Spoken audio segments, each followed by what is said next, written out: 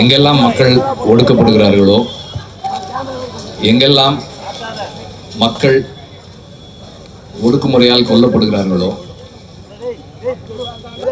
அவர்களுக்கெல்லாம் ஆதரவாக நிற்கிறது தான் ஒரு கலைஞனா, ஒரு மனிதனா நம்ம எல்லாருடைய பொறுப்புன்னு நினைக்கிறேன்.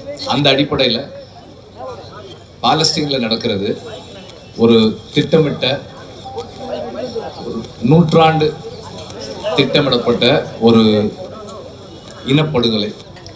அங்கே இருக்கிற ஹாஸ்பிட்டல்ஸில் பொதுமக்களும் குழந்தைகளும் பள்ளிகளில் மருத்துவமனைகளில் அடைக்கலமாக இருக்காங்கன்னு தெரிஞ்சு குண்டுகள் வீசுறாங்க. நூற்றுக்கணக்கான வருடங்களா அவங்களுக்கு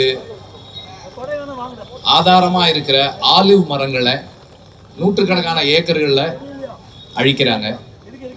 இதை தொடர்ந்து செஞ்சுக்கிட்டே இருந்திருக்காங்க. ஆனால் இப்போ அவங்க ரொம்ப திட்டவட்டமா தீர்மானமா செயல்பட்டு இருக்காங்க. இன்னைக்கு காசா பஞ்ச பகுதியா அறிவிக்கப்பட்டிருக்கு. பஞ்ச பகுதினா 5ல் ஒருத்தர் பசியால சாகிறதும், 5ல் ஒரு குழந்தை மால்நரிஷ், எந்த ஊட்டச்சத்தும் இல்லாமல் இருக்கிறதும் தான் பஞ்சத்துக்கான அடையாளமா சொல்லுவாங்க. யூஎன் அப்படி அறிவிச்சிருக்காங்க. எல்லா உதவிகளும் வெளியே இருக்கு, காசாவுக்குள்ள அனுப்ப மாட்டாங்க. இந்த திட்டமிட்ட படுகொலையை, இனப்படுகொலையை கண்டிக்கிறது நம்ம எல்லாருடைய கடமை. அண்ட் இப்படி ஒரு கூட்டமைப்புல, இப்படி ஒரு கண்டன ஆர்ப்பாட்டத்தில் கலந்துக்கிறது என்னுடைய கடமையாகவும் என்னுடைய உரிமையாகவும் நான் நினைக்கிறேன். மனிதர்களாக இருக்கின்ற அத்தனை பேரும் இந்த இடத்துல ஒன்று திரண்டு இதை வலியுறுத்தணும். இப்போ சத்யராஜ் சார் சொன்னாங்க, இதனால மாற்றம் ஏற்படுமா?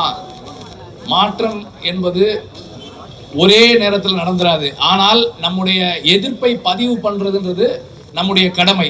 அந்த அடிப்படையில் நாம பாலஸ்தீன் மக்களுக்கு, காசா மக்கள் கூட நிற்கிறோன்றதை தெரிவிக்கிறதுக்காக இந்த இடத்துல கூடியிருக்கிறோம். அண்ட் இது போல தொடர்ந்து நாம நம்முடைய எதிர்ப்பு குரலை வெளிப்படுத்தணும்னு கேட்டுக்கிறேன். நன்றி.